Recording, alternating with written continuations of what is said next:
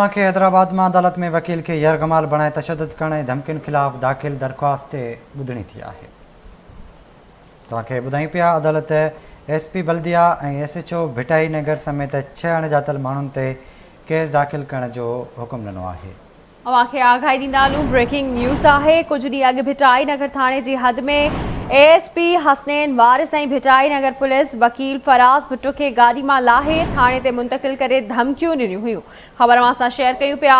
अहम ख़बर आहे, हैदराबाद मां अदालत में वकील खे यरगमाल बणाए तशद्दुद करण ऐं धमकियुनि ख़िलाफ़ दाख़िल दरख़्वास्त ते ॿुधणी कई आहे। अदालत ASP बल्दिया ऐं SHO भिटाई नगर समेत 6 अणॼातल माण्हुनि ते केस दाख़िल करण जो हुकुम ॾेई छॾियो आहे।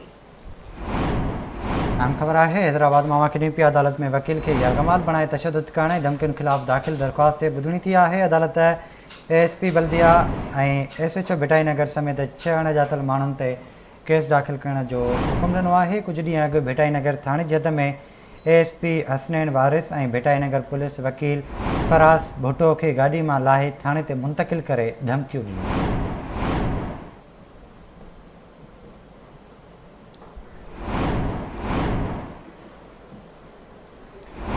हैदराबाद जी अदालत में वकील के यरगमाल बणाए तशद्दुद करण ऐं धमकियुनि ख़िलाफ़ दाख़िल दरख़्वास्त ते ॿुधणी थी आहे।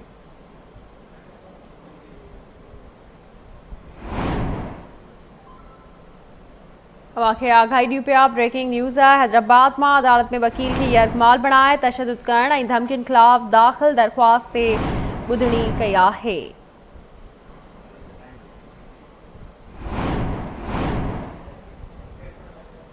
तफ़सील मालूम कंदासीं हैदराबाद मां नसीर चना खां। जी नसीर, आगाही ॾिजो।